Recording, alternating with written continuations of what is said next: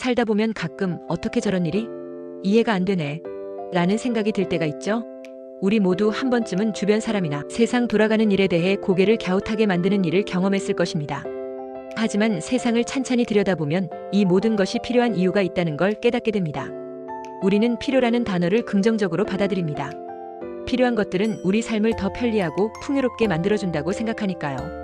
그런데 이 필요라는 개념을 조금 더 깊이 생각해보면 겉으로 보기에는 부정적이거나 불편해 보이는 것들도 사실은 긍정적인 필요를 담고 있다는 걸 알 수 있습니다. 예를 들어보겠습니다. 세상을 떠들썩하게 만드는 극악무도한 범죄를 보면 우리는 분노하고 슬퍼하지만 동시에 이런 일이 세상에 관심을 불러일으키기도 합니다.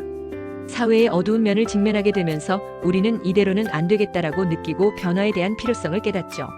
그리고 이렇게 변화하려는 노력이 결국 우리 사회를 더 나은 방향으로 이끌게 됩니다. 모든 것은 이유가 있습니다. 이 세상에 필요 없이 만들어진 것은 없습니다. 심지어 우리의 불편함이나 갈등조차도 우리에게 무언가를 가르치기 위해 존재하는 거라고 볼 수 있죠. 예를 들어 불편한 사람과의 관계는 나 자신을 돌아보게 하고 내가 성장해야 할 부분을 알려줍니다. 또 실패와 좌절의 순간도 마찬가지입니다. 내가 실패하지 않았다면 어떤 것에 도전할 엄두조차 내지 못했을지도 모릅니다. 실패의 아픔이 오히려 성장의 씨앗이 되기도 하니까요. 여기서 중요한 건 세상을 바라보는 새로운 시선, 즉 우리의 관점입니다. 어떤 상황이나 사람을 볼 때 그 존재의 의미를 알면 삶이 훨씬 풍요로워질 수 있습니다. 왜 이런 일이 생겼지라는 질문 후에 이 일은 나에게 어떤 의미가 있을까로 질문을 이어가세요. 부정적인 상황에서도 긍정적인 의미를 찾는 연습을 하다 보면 어느새 세상을 보는 눈이 달라질 거예요. 우리는 모두가 서로에게 필요한 존재입니다.